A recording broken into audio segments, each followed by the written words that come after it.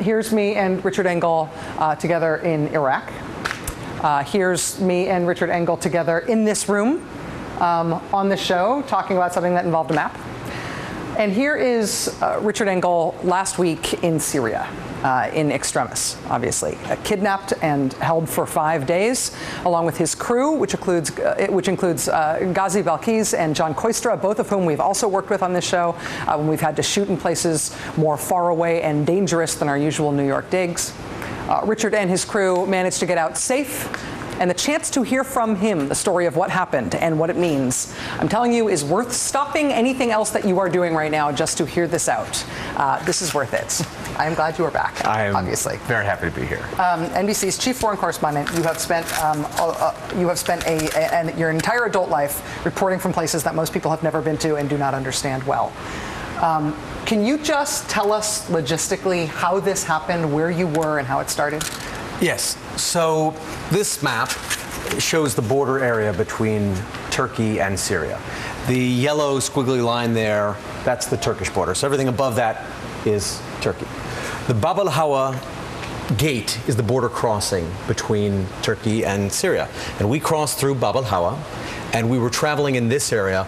This is a very rebel-friendly area. We came down from Bab al-Hawa, and we were heading into this area in the center to meet with a rebel commander. And we were traveling with well-known people. It was set up. The rebel commander actually came to Bab al-Hawa to pick us up. Came to the border to get Came to the border to get us. That's how comfortable people felt moving in this area. We were going to meet this rebel commander. He was going to show us his area. He said, I'll come and pick you up from the border. He came, we met him, we picked us up. Hello, hello. Then we drive off. Just a few minutes after leaving the border crossing, traveling with the rebel commander and one of his men and our whole team, we got ambushed. And gunmen came from the side of the road, surrounded our car, wearing ski masks. They had a truck waiting for us and threw us in the back of the truck. Boom, the doors close and they drive off. Large number of people, they were lying in wait. It seems like it was a well-coordinated... It was an ambush. Okay. They were out of their area. These were government people who had come to the area. We knew it was government by what they were saying. You know, the rebel commander thought maybe these were other rebel unit because it was so unusual that it would happen in this area. And he said, what are you guys doing? Why are you taking us? We're with the rebels. And he said, oh, you're with the rebels? And they started beating him. Oh, you're with the rebels? Don't you support Bashar? And he said, well, yes, at this point, what is he going to say? Yeah. Yes, of course we support Bashar. And they said, but you, dog, don't even say his name. You don't even deserve to say his name. And so we knew we were with pro-government forces. Our rebel commander was saying to them, kill me. These guys are journalists. They have nothing to do with it. Kill me. I'm a rebel commander. Don't let them go. And he had a bodyguard. So they took his bodyguard, who we just met minutes ago, and the rebel commander. They took us all, they loaded us in the back of this truck, doors go, they drive off. They're beating people in the truck, they grab me by the hair and they slam them against the side of the truck, and they're starting their little bit of interrogation. They're putting duct tape around our eyes and around our hands. They drive from there to one of their safe houses. Don't know exactly where, but roughly in this area up here. It's a farmhouse. They take the guard, the rebel commander's guard, out of the truck, kill him, execute him. And you can't see that happen because you're blindfolded, or you can't see that happen? I couldn't see it happening because we're blindfolded, but it was the distance between the two of us right now. Wow. So I'm utterly convinced that it happened. Yeah. And then they were dragging the body away later, which we didn't see, but we knew was happening. And so that happened in front of us, but since we were blindfolded, we couldn't see it, but we could certainly hear it. Then they took us all, including the rebel commander, into the safe house. He's telling them continuously, let them go. These people they're not involved. We're pretending not to understand any Arabic because we thought that was a better thing to do, so we can gather information. So you speak Arabic. Other people in the crew speak Arabic, but they don't. But the people who are holding you do not know that. They don't know that. Okay. Something that proved to be very valuable over the course of this captivity.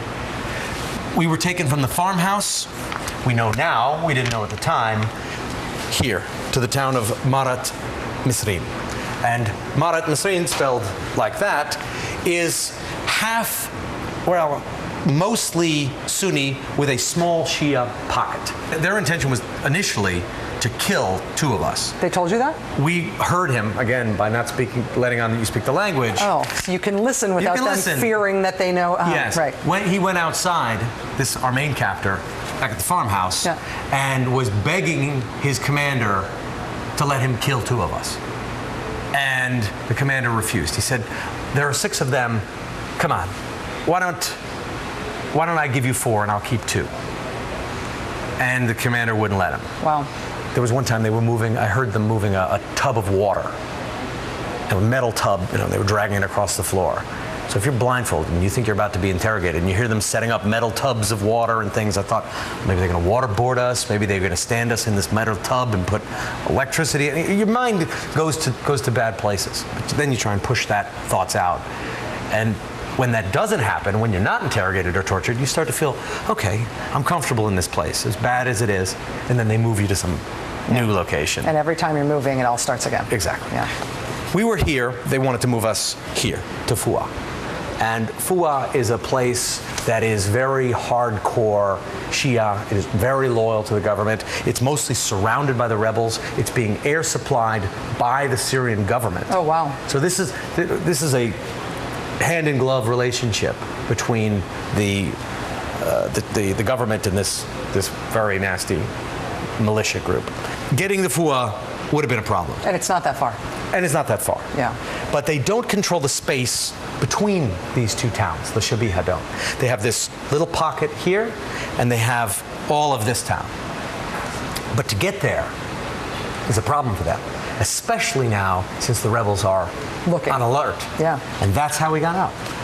One night, the 5th night, they decide to move us. They load us in the back of a car, back of a truck, minivan. They leave. They're leaving out this direction, and they're going to do sort of a roundabout way, I assume, to get there, because they were leaving in the opposite direction of the town. And they got nailed.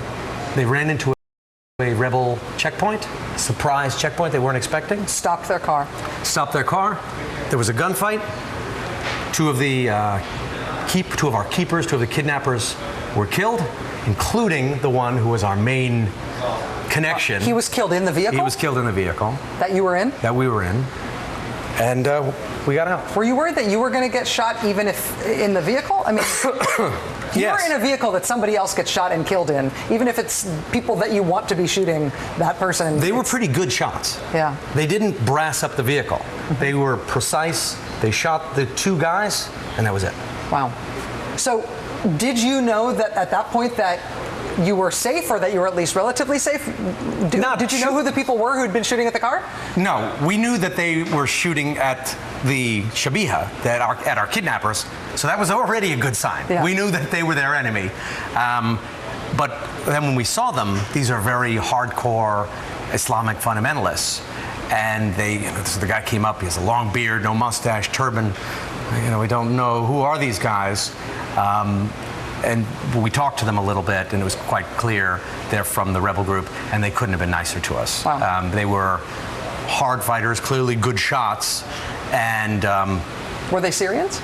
Syrians. Yeah. And then they brought us back to their headquarters. They let us make a phone call. They gave us food and water, and then they escorted us personally to the border. Richard, the thing that is, to me, just talking to you about this, hearing this story, and knowing what I know of you and the other guys in this crew, the thing that seems very scary to me is that I don't think you did anything wrong. It doesn't seem like there was any bad planning here, or that you were being, other than being in the middle of a war zone, that you were being reckless here. I mean, do you think you did anything wrong? No, I really don't. I mean, we were in an area that is very much considered rebel control.